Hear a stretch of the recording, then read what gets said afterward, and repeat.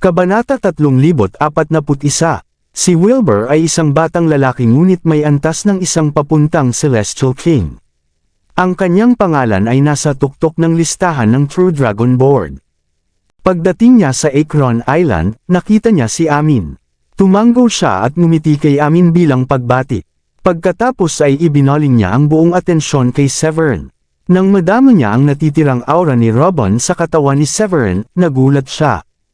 Ito siya. Siya ang pumatay kay Robin. Naisip ni Wilbur ng labis na nagulat at nahirapan siyang maniwala na ang isang complete stage Celestial ay kayang pumatay ng isang papuntang Celestial King. Kung hindi niya naramdaman ang aura ni Robin, iisipin niyang niloloko lang siya ng kanyang mga mata.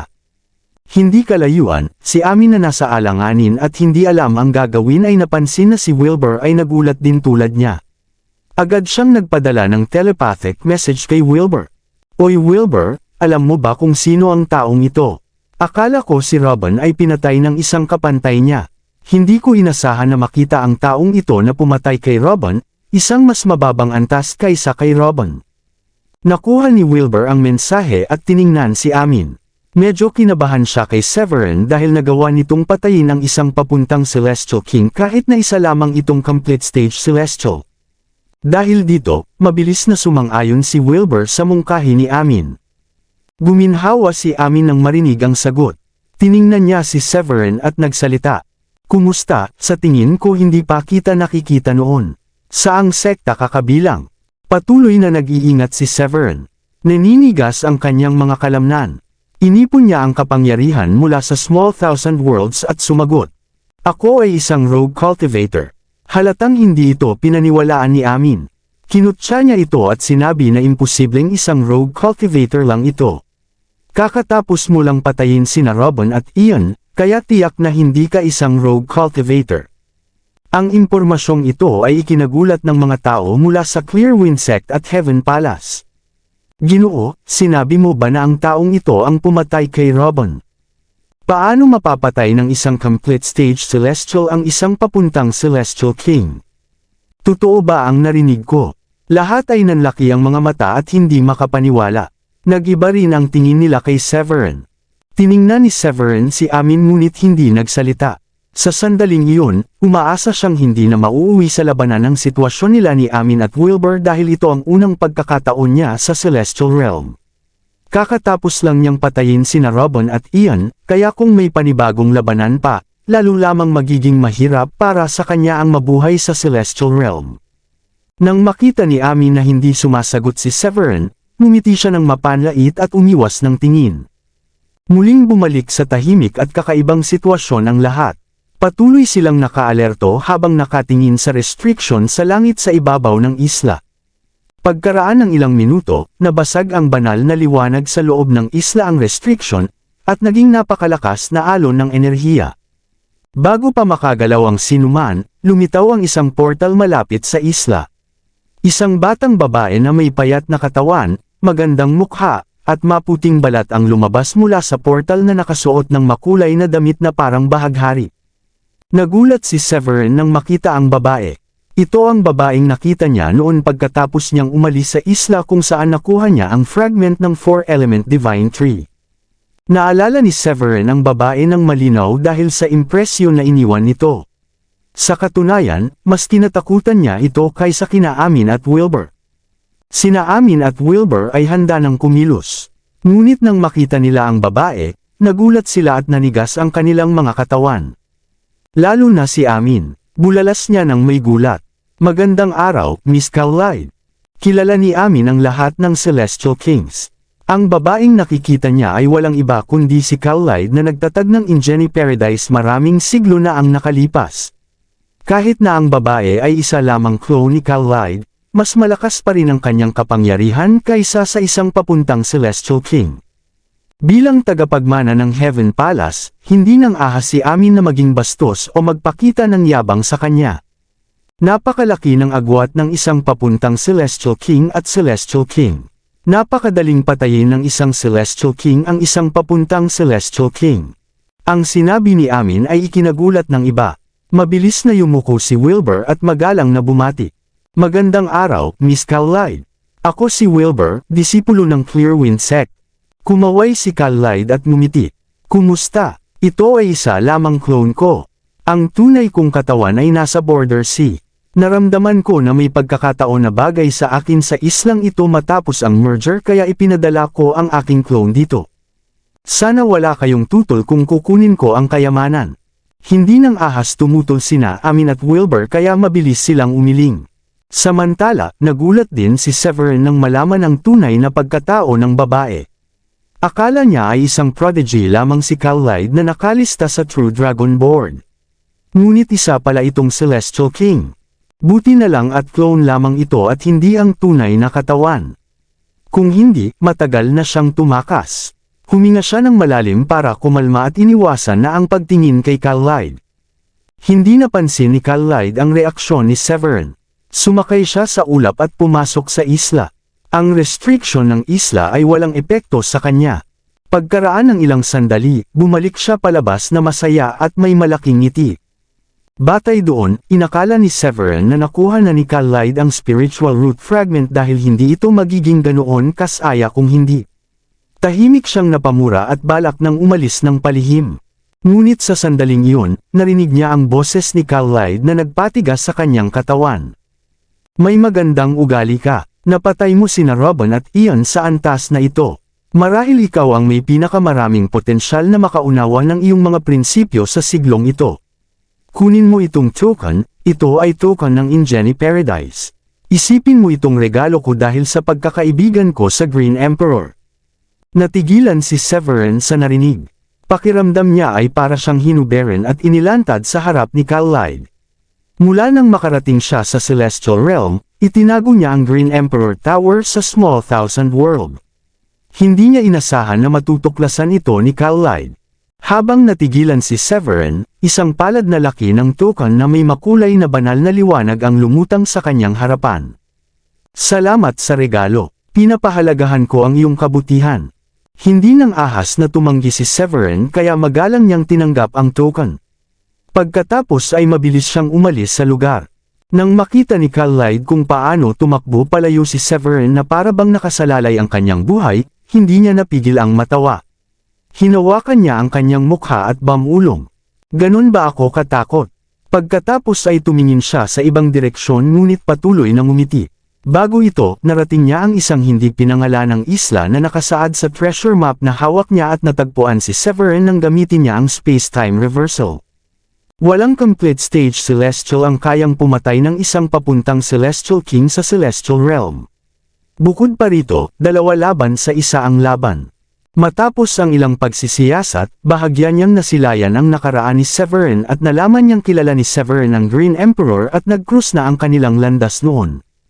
Ngunit nagulat siya dahil bilang isang Celestial King, hindi niya makita ang hinaharap ni Severin. May ulap na bumabalot sa katawan ni Severin na humarang sa kanyang kakayahang makita ang hinaharap nito. Bilang isang Celestial King, nakatawid na siya sa River of Time, nakaahon na sa 3 realms, at hindi nasakop ng 5 elemento. Isang tingin lang niya sa isang tao ay kaya na niyang makita ang nakaraan, kasalukuyan, at hinaharap nito.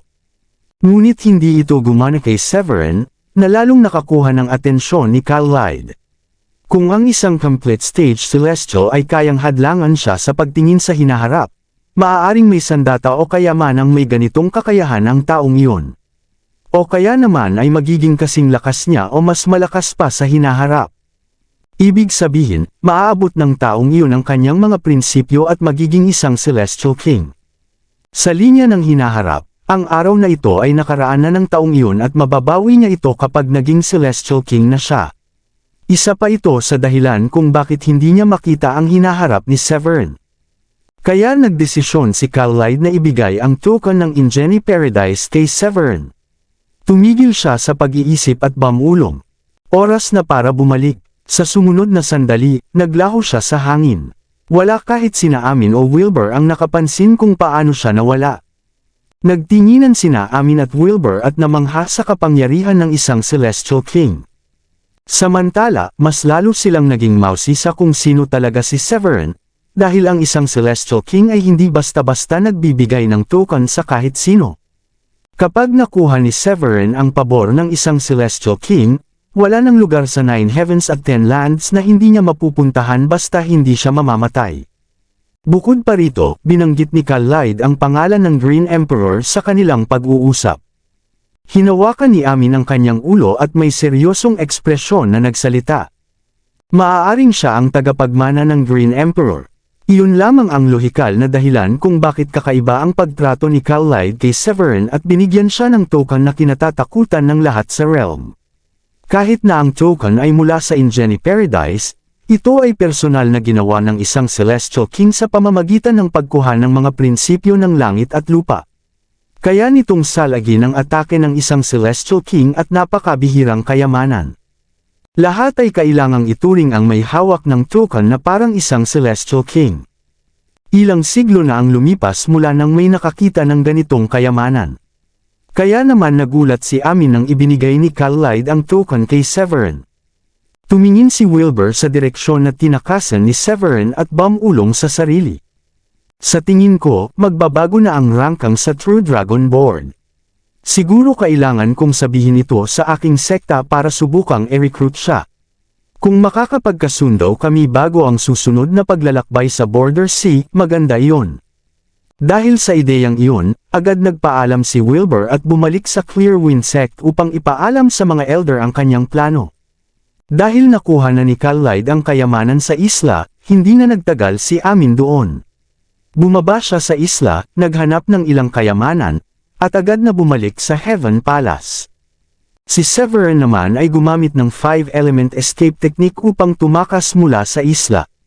Kaya hindi niya alam kung gaano nagulat sina Wilbur at Amin sa mga narinig nila kay Kal-Lide, sa nakita nilang token, at sa plano nilang agad ipaalam ito sa kanilang mga nakatatanda. Pagkalabas niya sa isla, lumipad siya sa hangganan ng Blue Realm at Eastern Sea. Matapos ang merger, karamihan sa Celestial Herbs at Spiritual Root Fragments ay natuklasan at nakuha na. Kahit magpatuloy pa siya sa paghahanap, mga karaniwang Celestial Herbs na lamang ang matatagpuan niya. Kaya nag-isip siya at napagdesisyonan na oras na para bumalik sa Longevity Alliance at i-absorb ang mga kayamanang nakuha niya. Kasabay nito, plano rin niyang palakasin ang kanyang mga asawa. Ang pagiging level 8 Supreme Paragon sa Celestial Realm ay hindi sapat.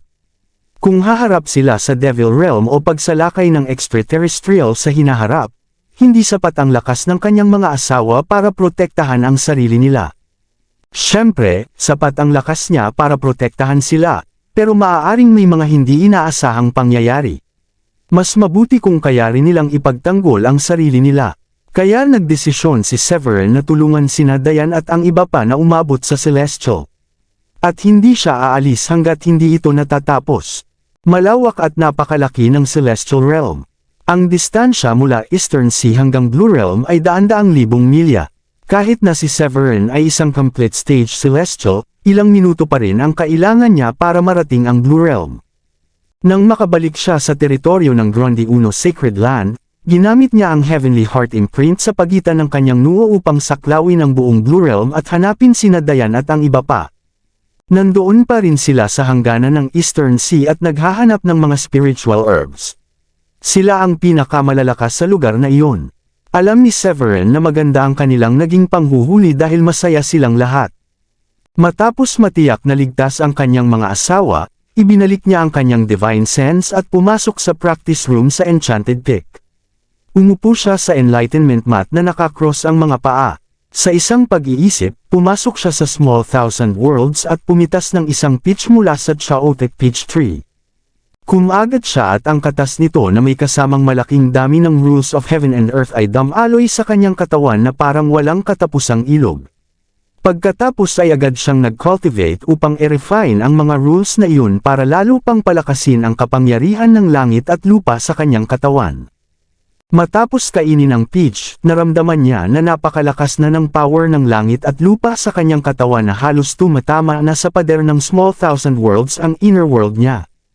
Sa isip niya, sinabi niya, "Sa tingin ko oras na para kunin ang aking nakaraan, kasalukuyan, at hinaharap mula sa River of Time." Unti-unti niyang naiintindihan kung paano ito kukunin. Una, kailangan niyang kunin ang kasalukuyan sa pamamagitan ng paghila nito mula sa River of Time gamit ang mga prinsipyo. Pangalawa, kailangan niyang kunin ang nakaraan dahil mas madali itong i-fuse sa kasalukuyan. Ngunit bago iyon, gagawa muna siya ng isang palayok ng immortal pills para kina Dayan at sa iba pa upang maging celestial sila. Buti na lang at may karanasan na siya bago ang merger kaya hindi ito mahirap gawin. Habang abala siya sa paggawa ng immortal pills, nagkaroon ng malaking sorpresa sa labas ng mundo. Matapos makabalik sina Wilbur at Amin sa kanilang sekta, nalaman ng lahat ng malalaking sekta sa Celestial Realm na isang complete stage Celestial ang pumatay kina Robin at Ian. Hindi lang iyon, ang Celestial na iyon ay nakakuha pa ng pabor ni Kal-Lide na lalo pang nagdala ng atensyon sa dating hindi gaanong mahalagang usapin. Nagpadala ang lahat ng malalaking sekta ng mga kinatawan sa Blue Realm na may dalang mga regalo at layuning imbitahan at i-recruit si Severn. Maraming salamat sa lahat ng sumusubaybay. Please subscribe and follow my YouTube and Facebook channel, Filipino Novel. Maraming salamat po. Kabanata 3045. Sa Central Domain, may isang malaking bundok na puno ng magaganda at luntiang puno at halaman. Ang makapal na spiritual energy ng langit at lupa ay lumulutang sa paligid ng bundok na parang makapal na ulap. May mga puting crane at vermilion birds na lumilipad sa paligid. May mga puting osa na gumagala sa kagubatan. Ang mga spiritual apes ay mahimbing na natutulog. Ang mga divine tortoises ay kumakain ng mga orchid. Isang maayos at payapang tanawin ito. May mga spiritual fish sa batis. Ang mga water attribute spiritual herbs at bulaklak ay makikita saan man, kaya ang hangin sa kagubatan ay preskong-presko at mabango. Ito ang lugar kung saan nakatayo ang headquarters ng Clearwind Sect. Kapag naroon ang Celestial King sa sekta, makikita ang malabong banal na liwanag, lila na aura sa langit, gintong lotus sa lupa, mga bulaklak na bumabagsak mula sa langit, at ang mga prinsipyo at batas na lumulutang sa hangin. Kahit wala ngayon ang Celestial King, ang bundok ay patuloy na kumikislap sa banal na liwanag.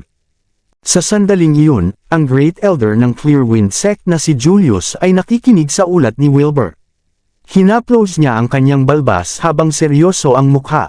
Ibig mong sabihin ang taong iyon ay isang complete stage Celestial lang pero napatay niya si Robin na isang papuntang Celestial King, tanong ni Julius na hindi makapaniwala.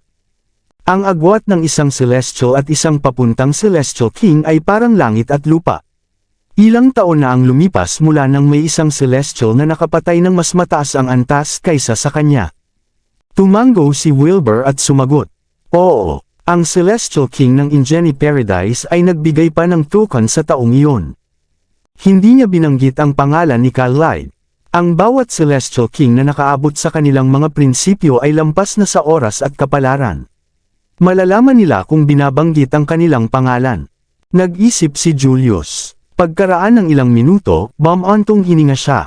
Nakausap ko ang Celestial King. Ang pagsasanib ng langit at lupa sa Celestial Realm ay tinatawag na Blue Realm. Ang Green Emperor at ang matandang baliw mula sa Border Sea ay parehong galing sa Blue Realm. Kung nakuha niya ang atensyon ng Celestial King, ibig sabihin may kakaiba sa kanya na nakita ng Celestial King. Pumunta ka sa treasure room at kumuha ng ilang celestial herbs at 2 patak ng Destiny Dew. Pagkatapos ay pumunta ka sa Blue Realm at hanapin ang taong iyon. Kung ma-recruit natin siya sa atin, iyon ang pinakamagandang mangyayari. Nanginginig si Wilbur nang marinig ito. Nanlaki ang kanyang mga mata. Grand Elder, kailangan ba talagang isama ang 2 patak ng Destiny Dew bilang regalo? Ang Destiny Dew ay pinakamagandang healing medicine. Sa sandaling iyon, nakaramdam ng inggit si Wilbur kay Severn. Isa sa 4 na dakilang kayamanan sa Celestial Realm ang Destiny Dew. Si Creatia ay nagtipon ng Principle of Destiny at ginawa itong Divine Tree na parang spiritual root. Tuwing 100 taon, ang mga dahon nito ay nagko-concentrate ng 81 patak ng dew kaya ito ay napakabihira. Kahit gaano kalubha ang sugat ng isang Celestial, sapat na ang 1 patak para gumaling. Maraming papuntang Celestial Kings ang itinuturing ang Destiny Dew bilang pinakamahalagang healing medicine. Nagulat si Wilbur nang marinig na 2 patak ng Destiny Dew ang ibibigay kay Severn. Hoy, hindi mo ba naiintindihan na kailangan nating ipakita ang ating lubos na sinseridad kung gusto natin siyang ma-recruit? Galit na sabi ni Julius dahil hindi maintindihan ni Wilbur ang dahilan.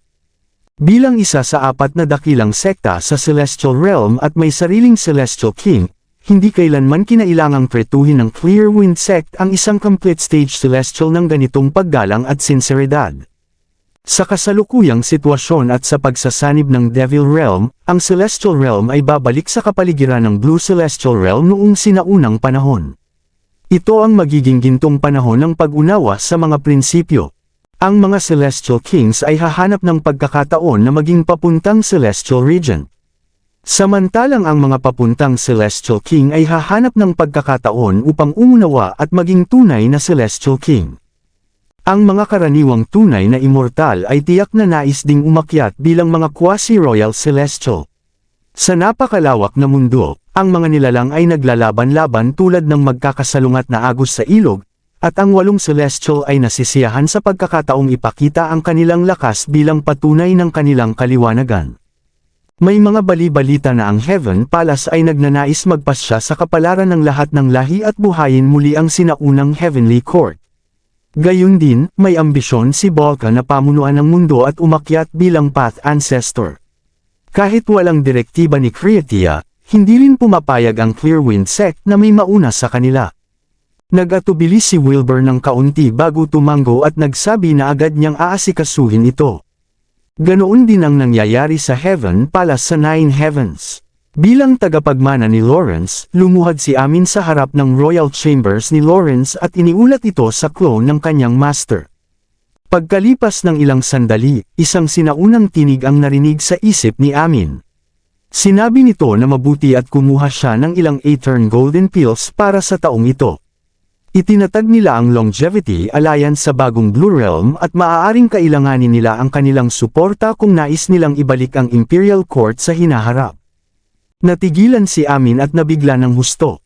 Pagkatapos ay sinabi niya kung sigurado ba ang kanyang master na ibigay ang Aetern Golden Pill dahil ito ay napakahalagang bagay at napakalakas kahit laban sa Royal Celestials. Sa tingin niya ay sobra ito para ibigay sa isang tunay na immortal at baka kung ano ang mangyari. Pinutol siya ng tinig sa kanyang isip at sinabing iilang Aetern Golden Pills lamang iyon. Ang hinaharap ng taong iyon ay hindi tiyak at may posibilidad na umakyat siya bilang Royal Celestial. Kahit hindi pa niya maintindihan ang mga prinsipyo, malaki na ang kanyang impluwensya sa Blue Realm. Mahalagang makuha ang kanyang suporta bago pa makuha ang bahagi ng kapalaran ng rehiyon at maibalik ang Imperial Court. Dahil dito, napilitan si Amin na sumang-ayon kahit labis siyang nabigla sa pagiging bukas palad ng kanyang master. Sa loob-loob niya ay hindi siya makapaniwala sa halaga ng Aetern Golden Pill. Kahit pa maaaring maging Royal Celestial ang taong iyon sa hinaharap, hindi pa rin ito tiyak hanggang sa dumating ang tamang panahon. Hindi na nagtagal si Amin sa pag-iisip at agad na tinupad ang utos ng kanyang master. Kumuha siya ng ilang Aetern Golden Pills mula sa Treasure Room at naghanda na pumunta sa Blue Realm ngunit nakasalubong niya si Dorphan, isa pang Royal Celestial successor sa Heaven Palace. Si Dorphan ay isang disipulo ni Libra at bata pa lamang ay may lakas na ng isang quasi-royal celestial.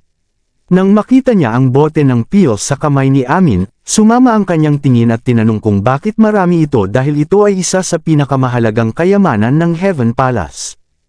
Ang Aetern Golden Pill ay napakabihira at napakalakas kaya gusto rin ito ng mga quasi-royal celestial tulad nila. Wala pa silang natatanggap na ganoong klase ng pills. Sinabi ni Amin na inutusan siya ng kanyang master na dalhin ito sa Blue Realm. Pagkatapos ay mabilis siyang gumamit ng escape technique at nawala agad. Sinundan siya ng tingin ni Dorphan at napaisip kung bakit sa Blue Realm ito pupunta. Naalala niya na doon nakatira ang pumatay kay Robin. Naisip niya kung totoo nga ba ang mga bali-balita na pinapabore ng Ingeni Paradise ang taong iyon. Pagkaraan ng ilang sandali ay ibinalik niya ang kanyang tingin at hindi na nagpatuloy. Habang ang mga tao mula sa Clearwind Sect at Heaven Palace ay pumupunta sa Blue Realm, ang Longevity Alliance sa pamumuno ni Severin ay nagsimulang maging kilala sa Celestial Realm. Marami ang nakabuo ng conclusion na si Severin ang pumatay kina Owen at Robin. Sa buong Central, Northern, Southern, at Western domains pati na rin sa mga isla ng Benleg, Squardish, at Ilju, nagsimula nilang ituring si Severin at ang Longevity Alliance bilang makapangyarihang grupo na kapantay nila. Sa loob ng teritoryo ng Grundy I Sacred Land sa Midland, Blue Realm, si Adrian na deputy leader ng Longevity Alliance ay inihatid ang mga bisita isa-isa at tumawa ng malakas habang nakatingala sa langit.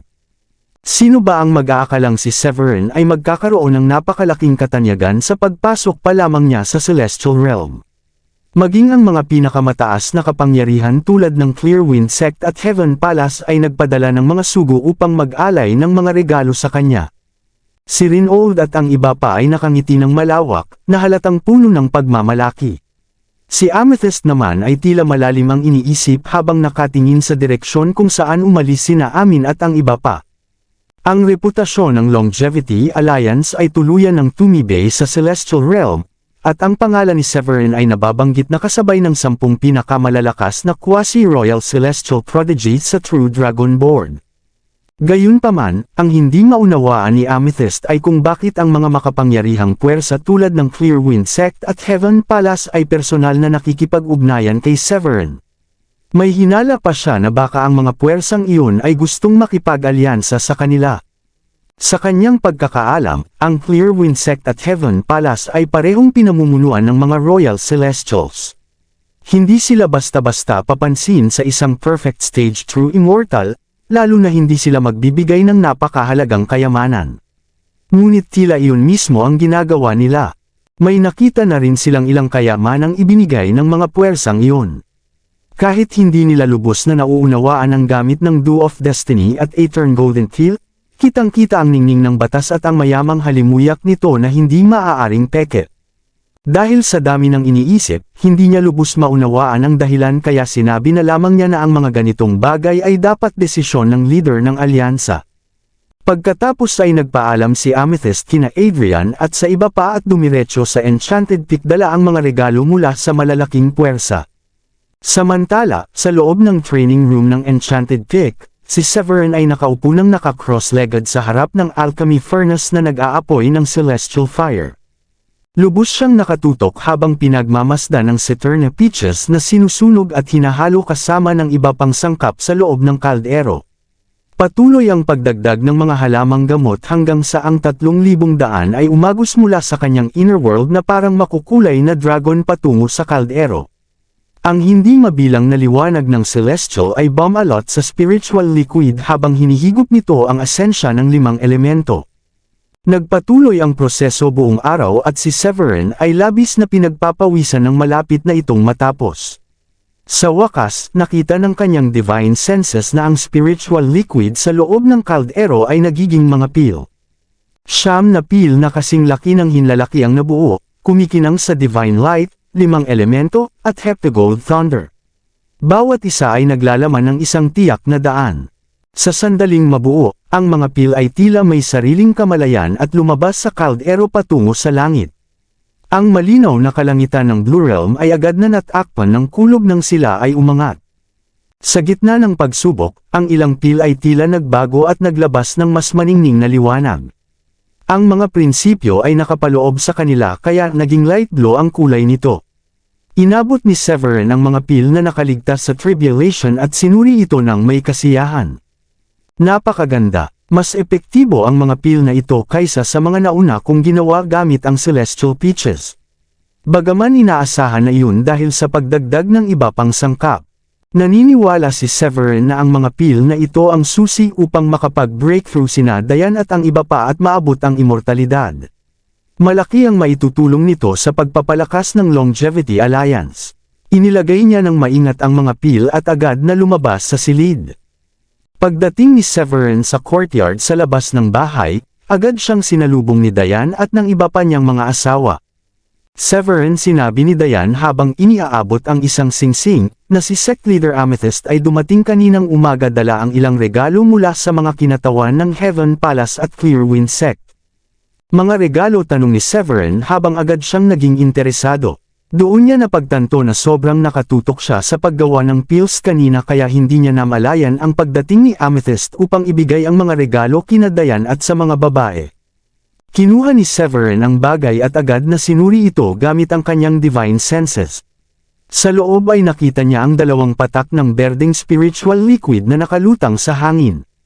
Naglalabas ito ng malakas na enerhiya na tumutugma sa landas ng creation, kaya't naramdaman ni Severin ang biglaang pagnanais na inumin ito. Sa tabi ng spiritual liquid ay may 4 na gintong pills na kasing laki ng hinlalaki. Kumikinang ang mga ito ng malakas at maringal na divine light.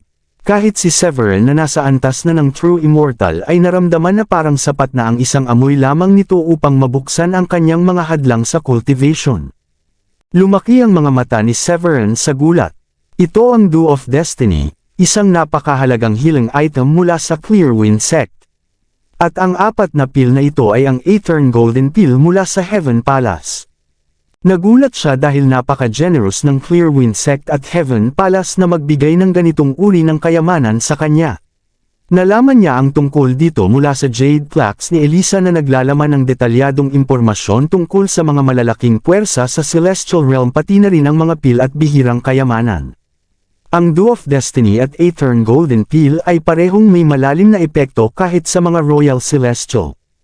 Sa Saturna pitch ko, malapit na akong makaabot bilang Royal Celestial, sabi ni Severin na puno ng kumpiyansa. Naniniwala siyang makakamit niya ito bago magsanib ang Devil Realm at Celestial Realm sa loob ng ilang taon. Pagkatapos alisin ang kanyang kamalayan mula sa singsing, ngumiti si Severin at inilabas ang mga pill na dati niyang inihanda para kay Diane. Kunin niyo ito, gamitin niyo at mag-breakthrough kayo sa true immortality. Babantayan ko kayo, sabi niya. Dahil sa Realm Convergence, ang mga babae ay nakahanap na rin ng mga kapaki-pakinabang na kayamanan na nag-angat sa kanila hanggang level 9 Supreme Paragon. Panahon na para sila ay magtungo sa landas ng tunay na immortalidad. Alam ni Diane at ng iba pa kung gaano kalayo ang kanilang lakas kumpara kay Severin, at kung gaano rin kahina ang kanilang pundasyon kumpara kina Amethyst, Rinol, at iba pang elders ng Sacred Land. Ang pag-abot sa immortalidad ay karaniwang tumatagal ng daan-daang libong taon ng pagsisikap, ngunit binigyan sila ni Severin ng pill na kayang magbigay ng immortalidad, kaya labis silang naantig. Kinuha ni Gilda ang isa sa mga pill at agad itong ininom. Nagpasalamat siya kay Severin bago pumasok sa training room at nagsabing magsisiklusyon siya. Ginawa rin ito ni Diane, Sheila, at Sofia. Ininom nila ang pill at agad na nagkulong sa seclusion. Hindi dapat palampasin ang pagkakataon para sa immortalidad. Habang isa-isa silang pumasok sa silid, nanatili si Severin sa courtyard upang bantayan sila. Itinabi niya ang mga kayamanan mula sa Clearwind Sect at Heaven Palace at lihim na ginamit ang Heavenly Heart Imprints upang maunawaan ang mga batas sa kanyang inner world. Naghahanda rin siya upang maging quasi-royal celestial. Lumipas ang oras at 2 buwan ang dumaan ng mabilis. Habang si Severin ay nakatutok sa pag-unawa ng dakilang landas sa courtyard, bigla niyang naramdaman ang aura ng isang true immortal na lumalabas mula sa silid ni Diane. Kasunod nito, ang dating maliwanag na kalangitan ay biglang nagdilim, hudyat ng paparating na Thunderbolt Tribulation para sa mga malapit ng maging immortal. Gaya ng inaasahan, isang kasing laking Bar Isles na Thunderbolt ang sumira sa kalangitan, na hinati ang tela ng espasyo kasabay ng nakakabinging pagsabog. Ang langit sa ibabaw ng Enchanted Peak ay nagliyab sa liwanag, na para bang babagsak na ang mga langit. Panahon na para harapin ito. Sigaw ni Diane habang lumipad siya sa himpapawid. Sa isang mabilis na galaw ng kanyang mga kamay, sumabog ang mga sinag ng divine light mula sa kanyang mga daliri at naging malalaking fingerprint na mariing sumalubong sa kidlat. Isang malakas na pagsabog ang sumunod at agad na nawala ang mga thunderbolt. Ngunit nanatiling magulo ang kalangitan, ang mga ulap ay umiikot ng marahas at ang kidlat ay gumagapang na parang mga dragon. Ang pag-breakthrough ni Diane ay tila nag-trigger ng sunod-sunod na reaksyon, dahil ang iba pang mga babae ay sabay-sabay ding nakamit ang tunay na immortalidad. Mga hibla ng true immortal aura ang lumutang sa Enchanted Peak, dahilan upang dumilim ang kalangitan at gamulo ang mga ulap. Malalakas na kulog ang umalingaw at ang mga madidilim na ulap ay kumalat ng milya-milya, na parabang nanginginig ang mundo. Nakakunot ang noo ni Severin sa kanyang nakita. Hindi, lumalakas ang aura ng Thunderbolts. Ang mga madidilim na ulap na dati ay sakop lamang ang 10,000 milya ay lalo pang lumawak ng maramdaman ang true immortal aura ng mga babae. Isang mabigat at nakakakilabot na aura ang lumabas mula rito at naging 12 ng hugis ahas na kidlat na bumagsak na may kasamang dagandong. Hindi natakot sina Dayan at ang mga babae at buong tapang nilang hinarap ang malakas na tribulation.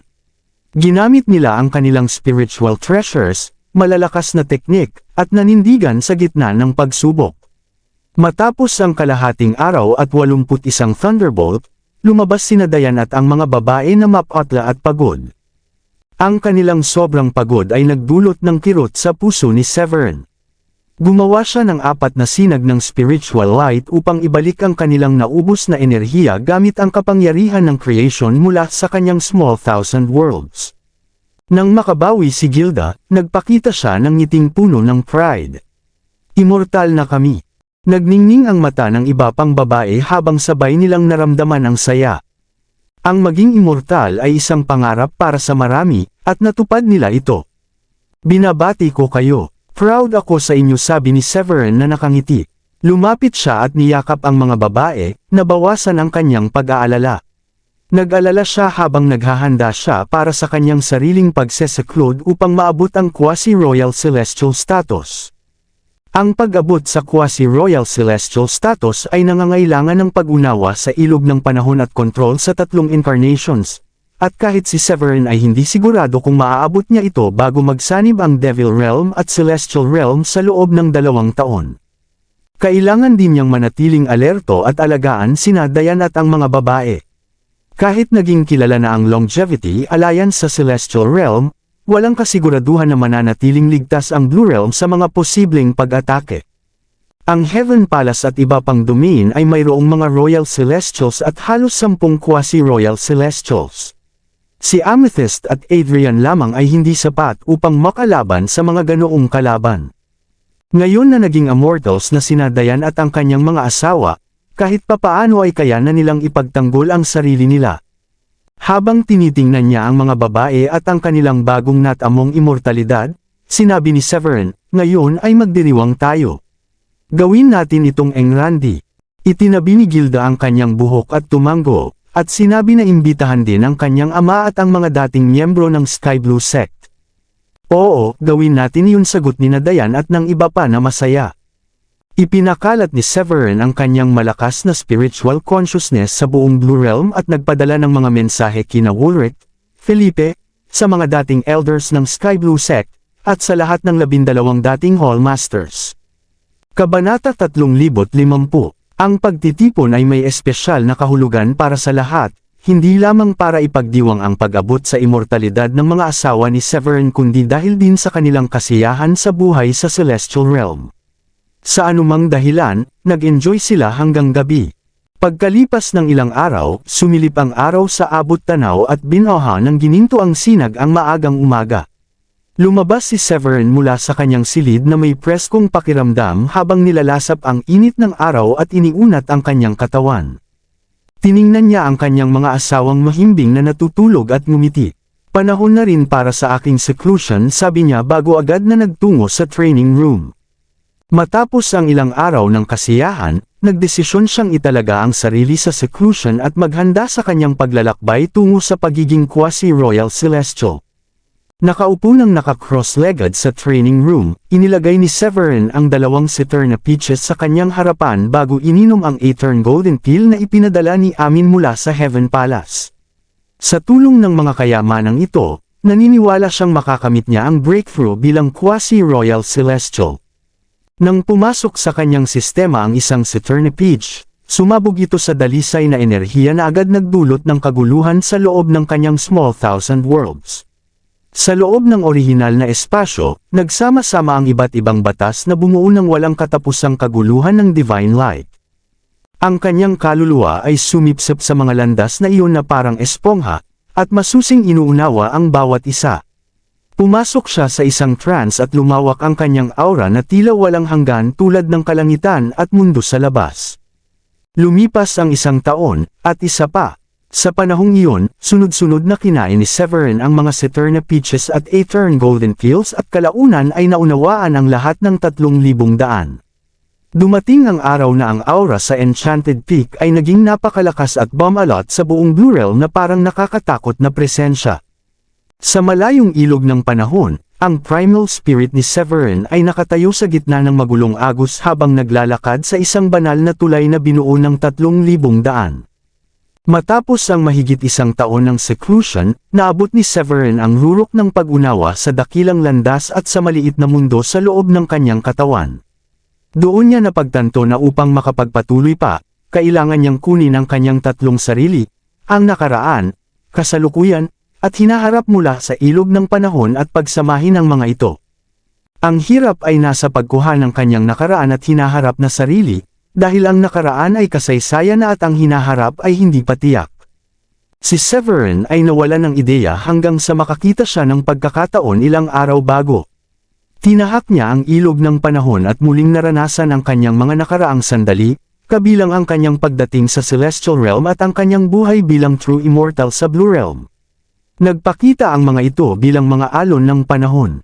Sa wakas, nang marating niya ang huling sandali ng kanyang kapanganakan, itinaas niya ang kanyang mga kamay at ginamit ang Heavenly Heart imprint sa kanyang noo. Ngayon, sigaw niya habang naglabas ng napakalakas na kapangyarihan na lumampas sa hangganan ng panahon at humiwas sa nakaraan na parang kalooban ng langit. Nanginginig ang puwang at isang anyong kahawig ni Severin ang lumitaw mula sa ilog ng panahon. Naging liwanag ito at nagsanib sa kanyang katawan. Nang lumitaw ang anyong iyon, nakita ni Severin ang kanyang nakaraan at wala ng bakas ng kanyang sarili sa iba't ibang bahagi ng panahon. Ito pala iyon. 2 taon lang ng pagninilay ngunit sulit ang lahat. Tumawa si Severin ng may saya. Habang nagsasanib ang nakaraan sa kanyang kasalukuyan, sumabog ang kanyang aura at nalampasan ang hangganan ng perfect stage true immortality. Sa wakas ay naging quasi-royal celestial na siya.